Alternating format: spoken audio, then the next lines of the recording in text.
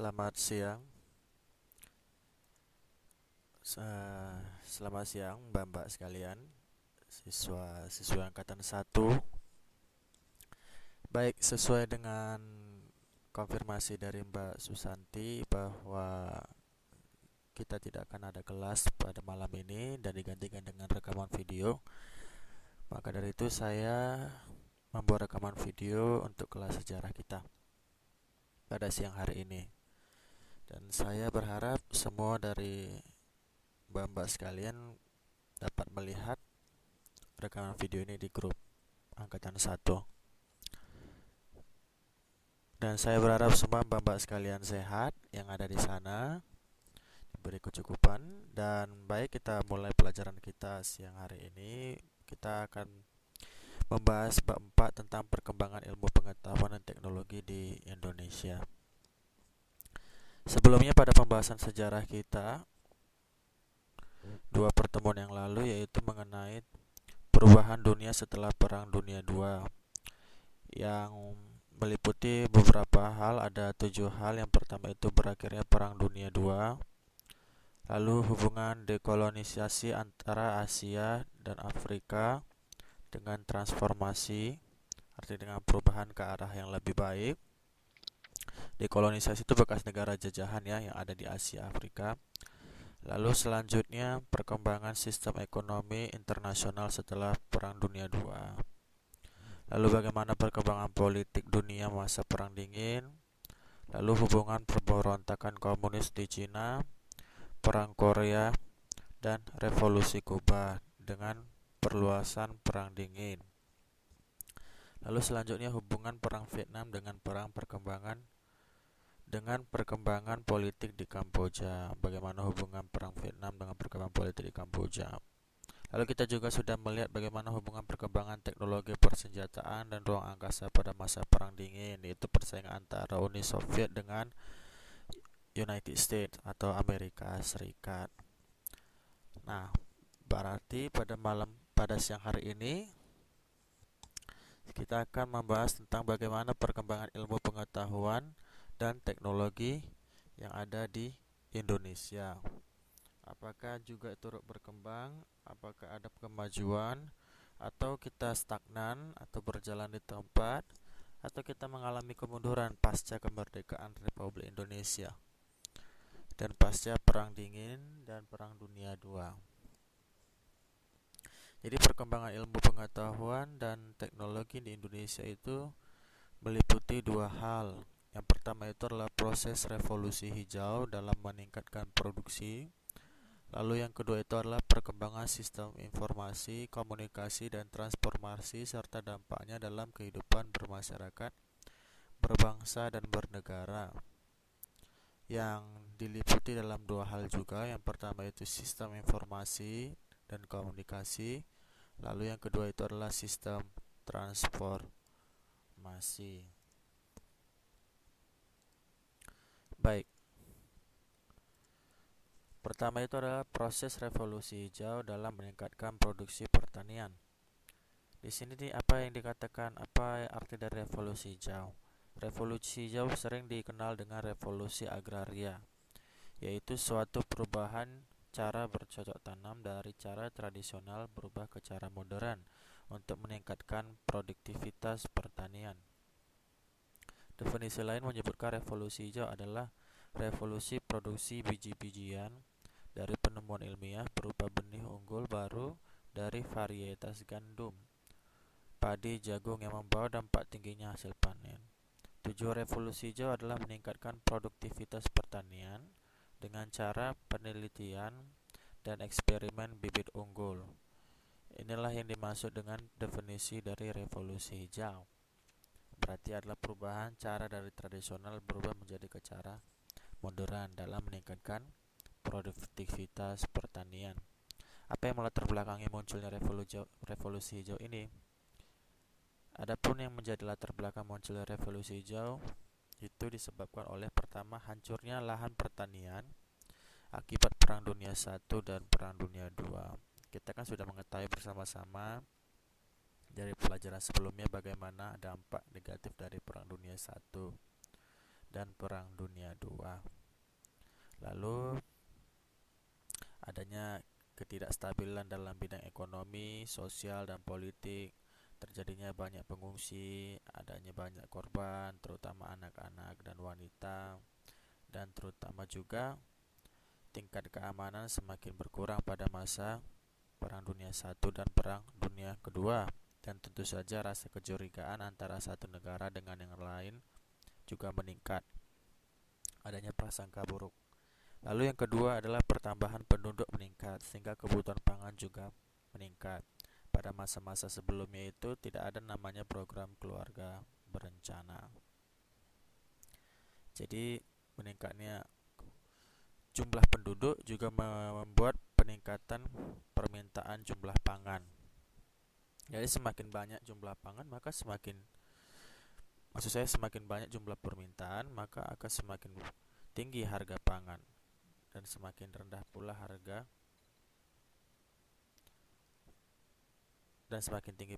pangan maksud saya. Lalu yang ketiga adanya lahan tidur. Lahan tidur di sini maksudnya adalah adanya lahan-lahan yang tidak digunakan, yang semestinya bisa digunakan atau diberdayakan dan berpotensi untuk menghasilkan pangan, yang pada akhirnya juga untuk mensejahterakan masyarakat atau negara yang mendapatkan hasil pangan tersebut. Lalu yang terakhir adanya upaya peningkatan produksi pangan, atau ya karena sudah diberdayakan lahan, maka akan terjadi peningkatan produksi pangan. Baik, selanjutnya perkembangan revolusi hijau. Lalu bagaimana perkembangan revolusi hijau? Apakah berjalan dengan mulus? Apakah berjalan dengan apa yang sudah direncanakan atau tidak? Upaya meningkatkan produktivitas pertanian antara lain dengan cara sebagai berikut. Pembukaan areal pertanian dengan pengelolaan tanah, seperti lahan tidur tadi. Lalu mekanisme pertanian dengan penggunaan alat-alat pertanian modern seperti bajak dan mesin penggiling. Penggunaan pupuk baru, penggunaan metode yang tepat memberantas hama, misalnya dengan alat penyemprotan hama, penggunaan pestisida, herbisida, dan fungisida. Penggunaan metode yang tepat untuk memberantas hama, misalnya dengan alat penyemprot hama, penggunaan pestisida, herbisida, dan fungisida. Inilah upaya-upaya untuk meningkatkan produktivitas pertanian pada masa revolusi hijau. Lalu selanjutnya, bagaimana perkembangan revolusi hijau juga berpengaruh terhadap Indonesia.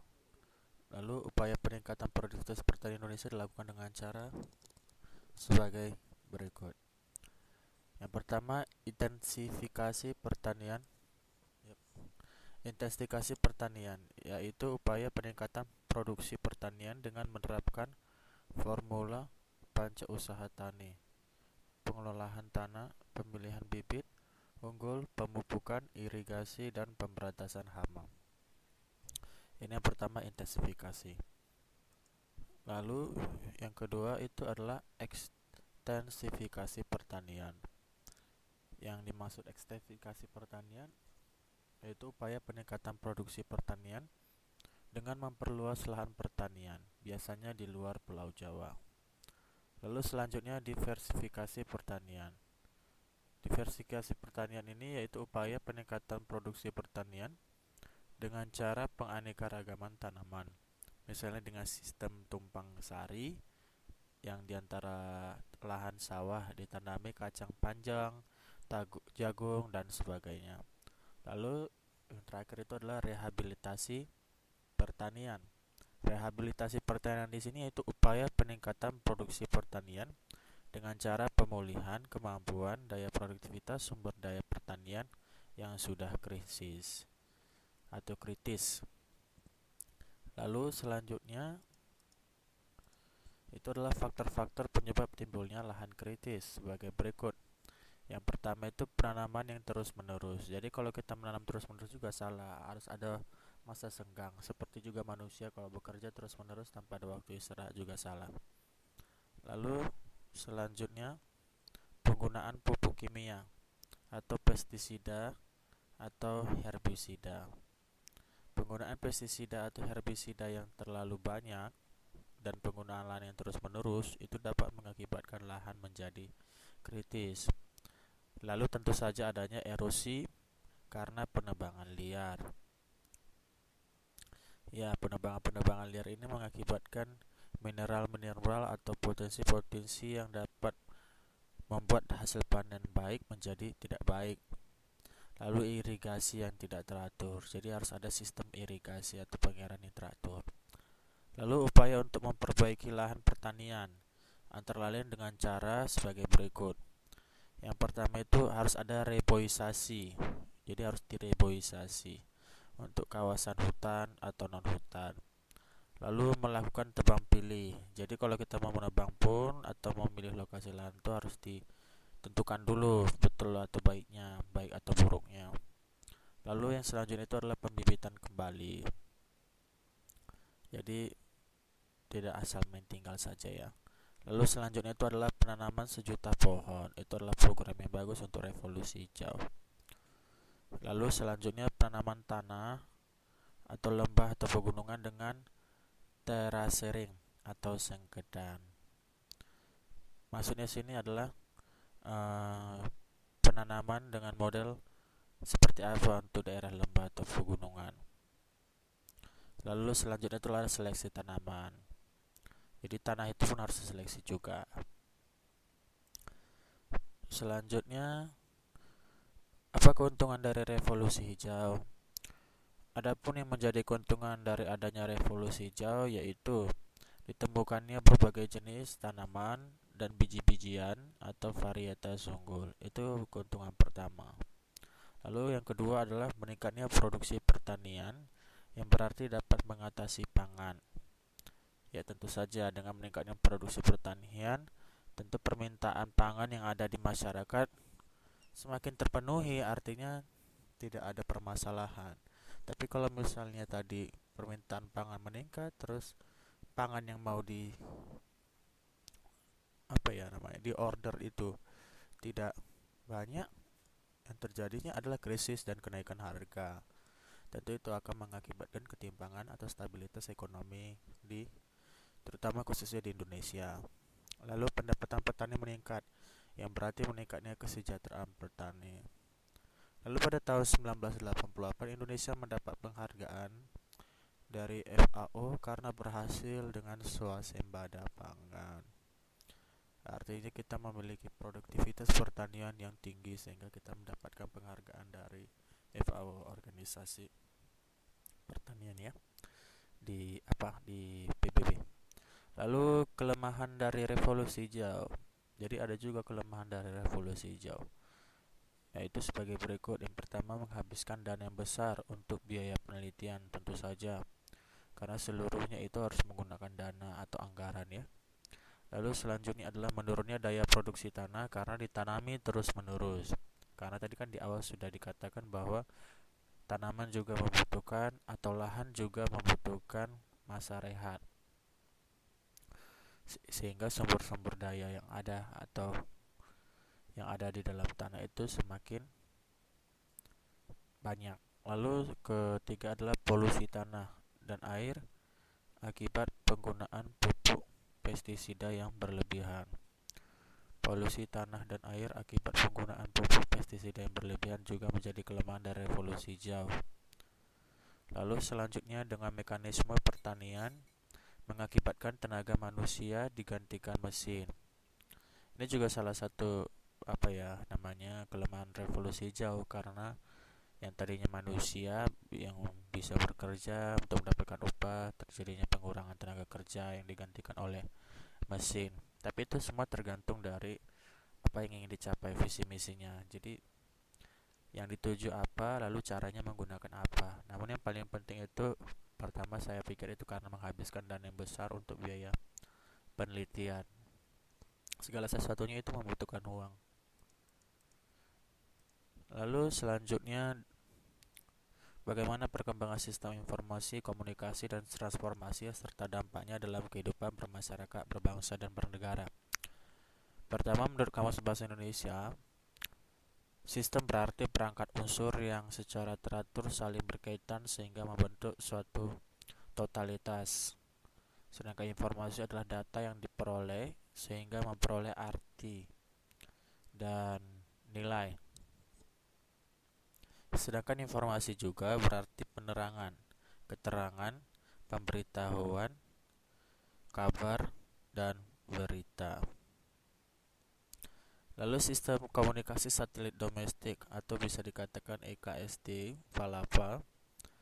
Sistem komunikasi satelit domestik PALAPA adalah sistem satelit komunikasi yang dikendalikan oleh sistem satelit komunikasi pengendali bumi yang dibuat oleh HAC atau Hughes Aircraft Company.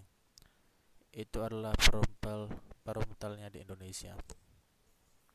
Namun PALAPA diambil dari Sumpah Gajah Mada yang akan mempersatukan Nusantara, jadi termasuk juga dari segi sejarah ya.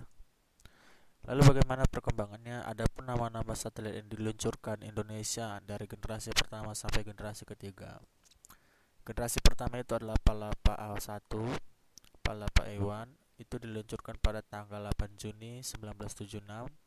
Lalu PALAPA A2 pada tanggal 10 Maret 1977. Lalu generasi kedua yaitu PALAPA B1 yang diluncurkan 19 Juni 1983. Lalu PALAPA B2 yaitu 6 Februari 1984, namun gagal lalu digantikan dengan B2B.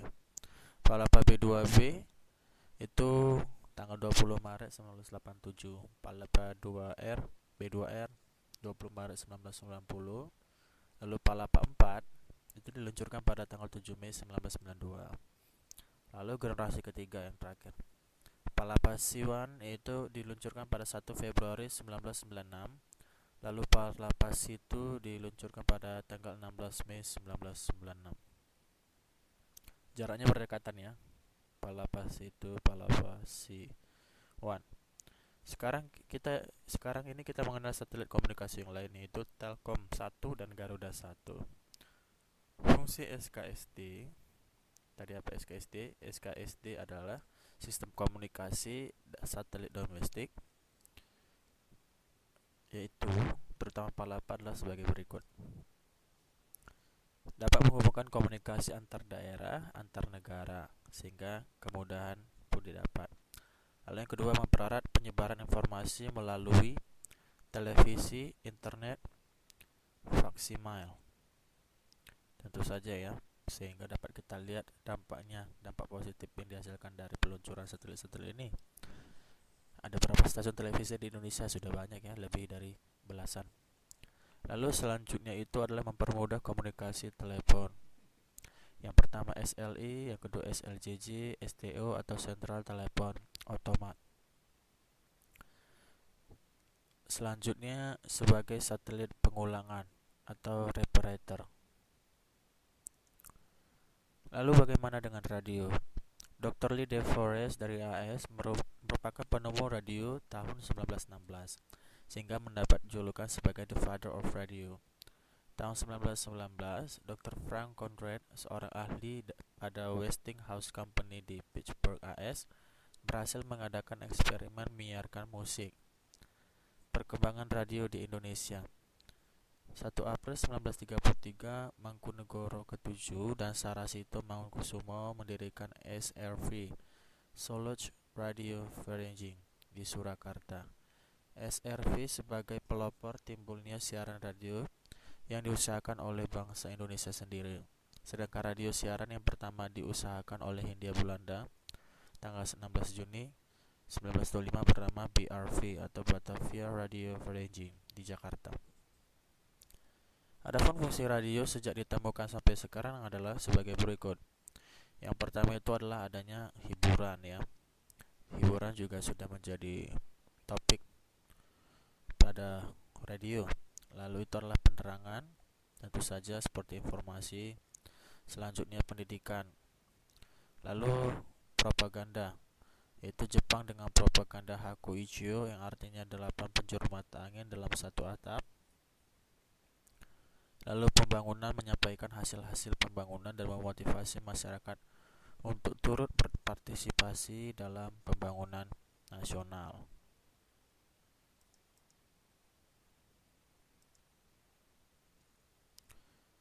Lalu selanjutnya televisi.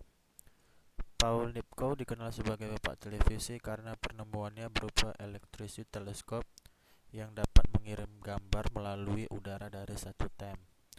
Mulai 11 Maret 1963, TVRI menayangkan siaran iklan atau siaran niaga.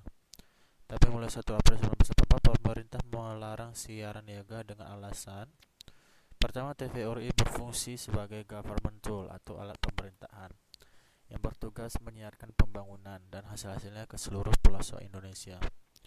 Selanjutnya, TVRI berperan meningkatkan pengetahuan dan wawasan pola pikir masyarakat. Selanjutnya, masyarakat bersifat konsumerisme. Untuk biaya operasional TVRI dilakukan dengan cara berikut ini. Pemerintah memberi subsidi, masyarakat pemilik televisi dikenakan iuran, siaran televisi swasta boleh menyiarkan iklannya, hasilnya sebagian untuk TVRI atau ke tempat lain, yaitu pada tahun 1883 sampai 1884. Selanjutnya, televisi memberikan dampak positif maupun dampak negatif, yaitu antara lain sebagai berikut. Dampak positif dari televisi menambah wawasan, ya, tentu saja, baik itu di bidang politik, ekonomi, sosial, bahkan budaya. Lalu menambah pendidikan dan pengetahuan. Lalu mengkonsumsi hasil-hasil pembangunan. Lalu bagaimana dengan dampak negatif dari televisi? Dampak negatif dari televisi itu adalah penjajahan informasi dari negara tertentu terhadap negara lain. Lalu budaya konsumerisme yang tinggi atau konsumtif yang tinggi. Karena tentu saja ketika kita melihat televisi, kita akan tersugesti untuk membeli suatu produk-produk yang telah diiklankan. Contohnya seperti iklan-iklan niaga. Lalu sarana perhubungan. Sarana penghubungan atau penggunaan roda diperkenalkan pertama kali oleh bangsa Hyksos pada tahun 1675 sebelum Masehi. Penemuan mesin uap oleh James Watt 1769 membawa perubahan besar karena transportasi atau kapal, lokomotif, mobil dijalankan dengan mesin uap. Dengan perkembangannya, sektor perhubungan transformasi berperan untuk meningkatkan produksi dan jasa. Selanjutnya meningkatkan arus wisata. Selanjutnya memperlancar arus informasi, memperlancar arus barang dan manusia. Sarana perhubungan meliputi darat, laut, dan udara. Meningkatkan arus wisata, arus informasi, dan arus barang dan manusia. Selanjutnya, kebijaksanaan dalam pembangunan industri antara lain sebagai berikut. Yang pertama, untuk meningkatkan pendapatan per kapita. Yang kedua, menciptakan lapangan kerja baru, pemerataan kesempatan berusaha, meningkatkan nilai tambah, bahan mentah dan bahan baku, meningkatkan produktivitas, meningkatkan ekspor, menghemat devisa.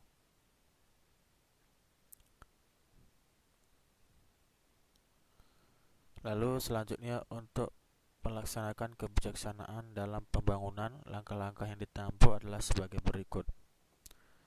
Mengembangkan industri kecil dan industri rumah tangga dalam upaya menambah pendapatan dan penciptaan lapangan kerja. Lalu selanjutnya itu adalah mengembangkan industri pengelolaan hasil pertanian, perkebunan, peternakan, perikanan, dan kehutanan dalam rangka memanfaatkan seoptimal mungkin sumber daya nasional. Lalu selanjutnya itu adalah mengembangkan industri berorientasi ekspor sebagai penggerak utama untuk mempercepat laju pertumbuhan industri dan ekonomi. Meningkatkan kemampuan pengusaha teknologi termasuk pengembangan inovasi dalam proses produksi teknologi serta penguasaan teknologi rancang bangun. Lalu selanjutnya mengembangkan kewirausahaan dan profesionalisme tenaga industri baik secara kuantitas maupun kualitas. Lalu bagaimana pembangunan industri di Indonesia? Ya, pembangunan industri Indonesia ditopang oleh beberapa faktor, yaitu antara lain cadangan bahan mentah yang melimpah meliputi hasil pertanian, perkebunan, peternakan, perikanan, kehutanan, dan kelautan. Selanjutnya, jumlah penduduk yang besar sebagai tenaga kerja dan pemasaran hasil industri. Lalu, letak Indonesia sangat strategis pada posisi silang dunia. Lalu selanjutnya itu berkembangnya alih-alih ilmu pengetahuan dan teknologi. Demikianlah untuk pertemuan kita pada siang hari ini. Selanjutnya ada tugas 3. Tuliskan pengertian revolusi hijau. Lalu yang kedua, tuliskan faktor-faktor penyebabnya timbulnya lahan kritis dan upaya memperbaiki lahan pertanian. Dikumpulkan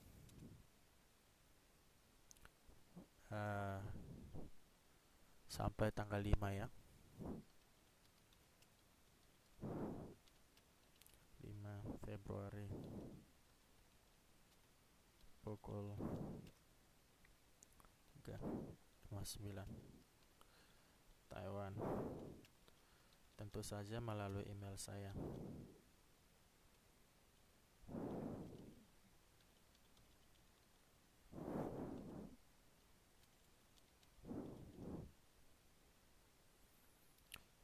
Nah, sekian pertemuan kita pada siang hari ini. Jika ada pertanyaan atau sesuatu yang mengganjal dari proses belajar kita siang hari ini, silakan untuk diberi komentar pada kolom komentar yang ada di Facebook. Sekali lagi saya ucapkan selamat siang dan selamat beraktivitas.